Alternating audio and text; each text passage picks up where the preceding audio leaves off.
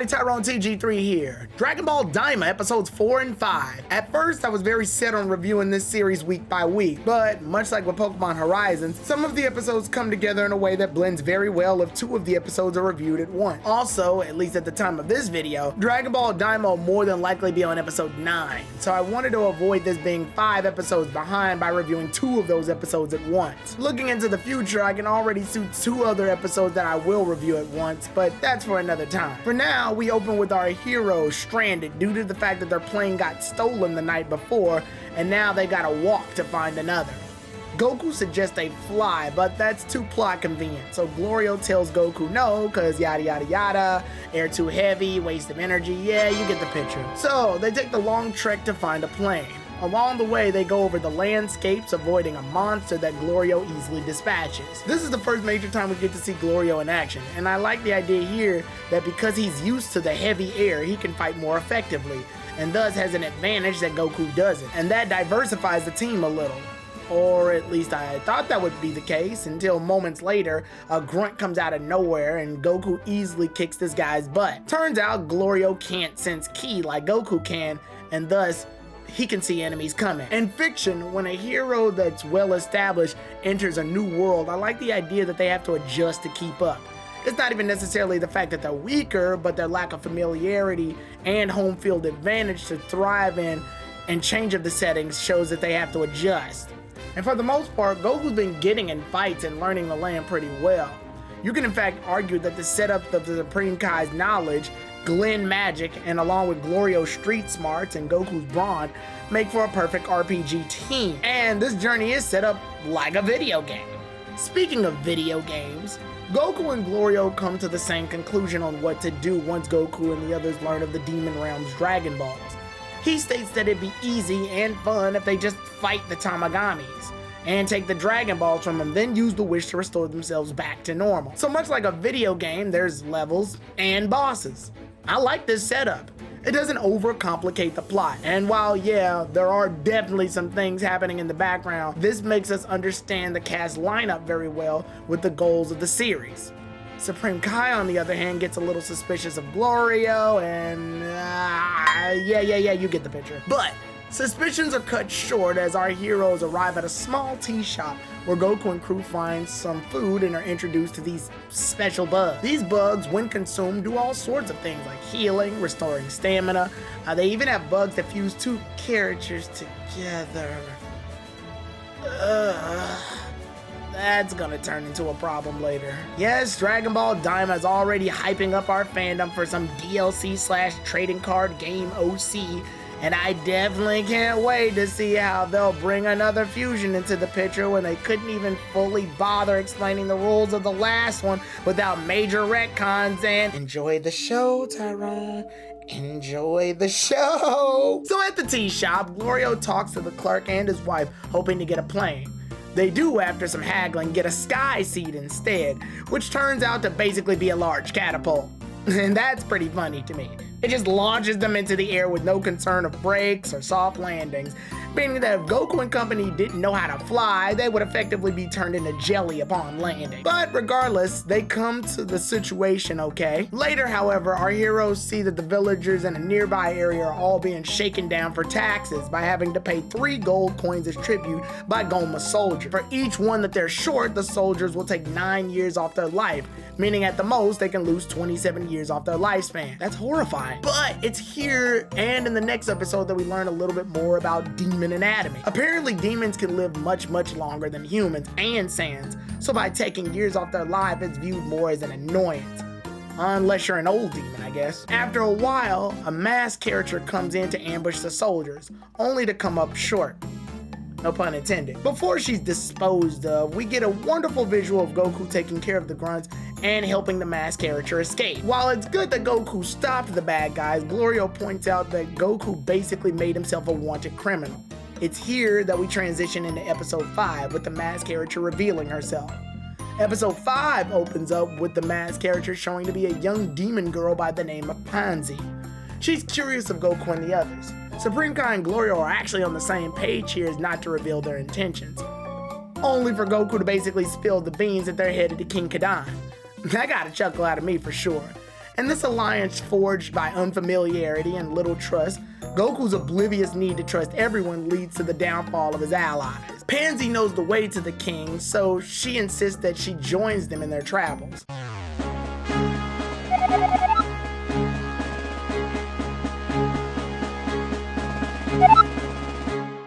On the trek over, Pansy learns that Goku is not a demon and doesn't know magic. But it is here that we get some lore on magic itself, that there's different types of magic and different types of demons can use different types of magic. I find this info interesting because it opens up the door to a lot of possibilities. Maybe some demon magic can help with healing, while others are good for defensive options.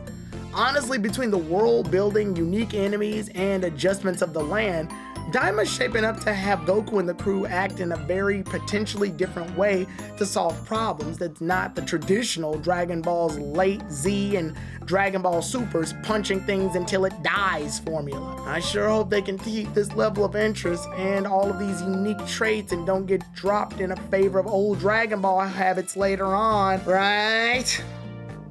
Right. So moving forward, the heroes make it to the kingdom and are stopped by guards at first until Pansy reveals that she's the king's daughter, Princess Pansy. Hey, whoa, hold on. Wow, first a Han Solo lookalike in Glorio, then they team up with a princess? It really is!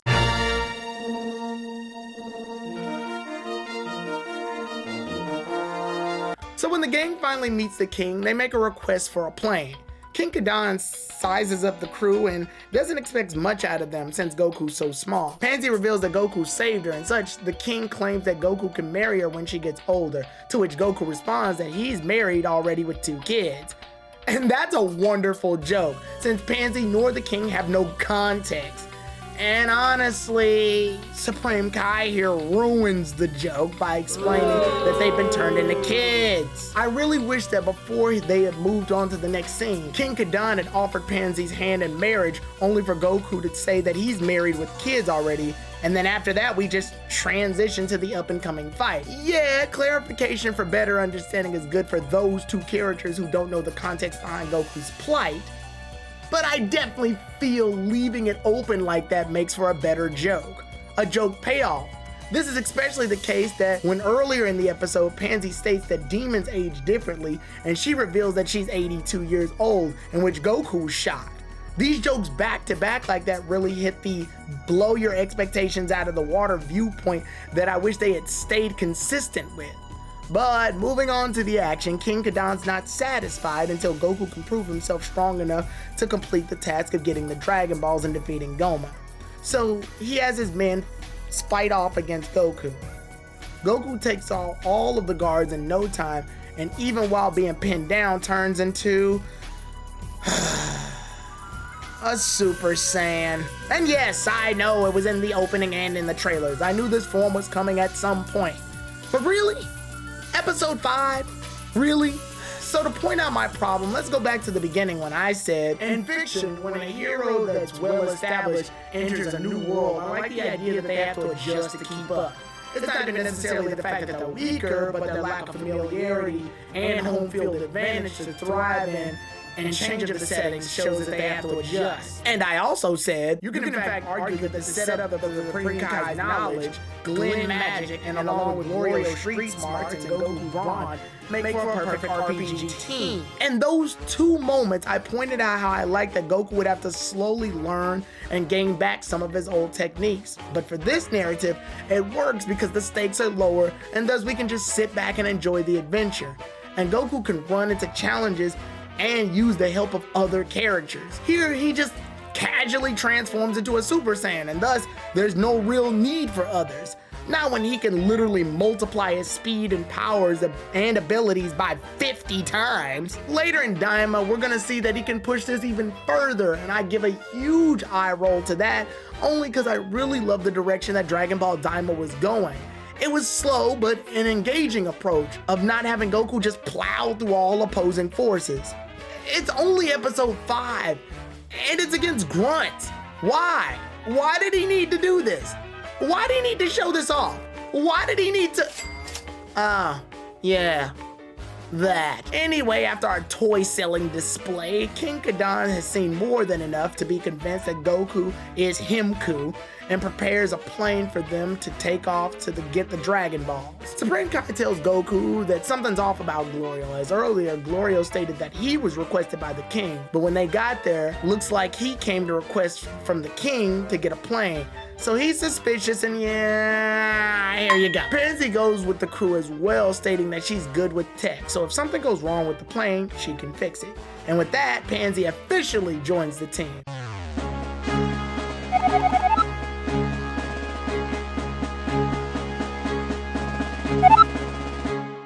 You know, for real this time. When the crew takes off, the plane shortly comes crashing down due to her packing too much stuff, and we end on a cliffhanger. Dragon Ball Daima is definitely showing to borrow heavy from classic RPGs and Star Wars culture, which I love. But you can also see that it has to squeeze in traditional Dragon Ball habits to keep its interest for the action-heavy fans. In fact, earlier around the time of this in the next episode, I heard a lot of viewers show some disdain in Dragon Ball Daima's rather slower approach to bullet points in the series. And it becomes very clear that we're starting to reach a divide in the OG Dragon Ball fans and the late modern Dragon Ball fans that preferred late Dragon Ball Z, Dragon Ball Kai, and Dragon Ball Super. As an enjoyer of Z, I can understand the criticisms, but I love the characters, the world building, and plus the more easy to digest startup of the plot. This transition into interest in the fans isn't new, however, as the same conflict took place in America with another Dragon Ball series. Nope, I'm not gonna say it. I'm just gonna bring up the bullet points. In that said series, America got straight to the conflict with the first main antagonist, practically skipping a large chunk of the beginning just to get to the fighting. Those episodes would later come back and be known to the West as lost episodes. But a large chunk of that is clear that this was only the case because of fear that the Western audience wouldn't receive an adventure portion of said series well, and thus focus more on its marketing, on what was bringing in the money. I'm certainly glad Dragon Ball Daima isn't taking the same approach as that. But as of the time of this video, we can see that fans have openly made statements on the rather slow pacing of the series, and oddly enough, even in the East, viewership has gone down. This is definitely an upset, and I'm surely hoping that the series doesn't crack under pressure and start going back to its old habits in an attempt to string in a high-action audience. As of now, at least, I like to view Dragon Ball Daima as a nice, slow-cooked meal. Yes, it takes a while to get started, but that's what gives it the flavor. I want time to invest in these new characters and the environment. These are the things we take for granted when we go back and rewatch things, and I don't want to feel as though the story only moved forward because it was rushed that way. So, for now, I'm grateful the series is taking its time. But hey, maybe it's because I'm an old man. What do I know? If you like this review though, give it a thumbs up. Want to see more stuff? Then click that subscribe button, hit that bell for notifications, and if you just can't help but have more Tyrone TG3 in your system, head on over to my Twitch channel at twitch.tv/Tyrone_TG3 so you can watch me streaming games and discussions. Next time we meet, I'll be reviewing Dragon Ball Daima Episode 6, so I'll see y'all then everybody. Tyrone TG3 out.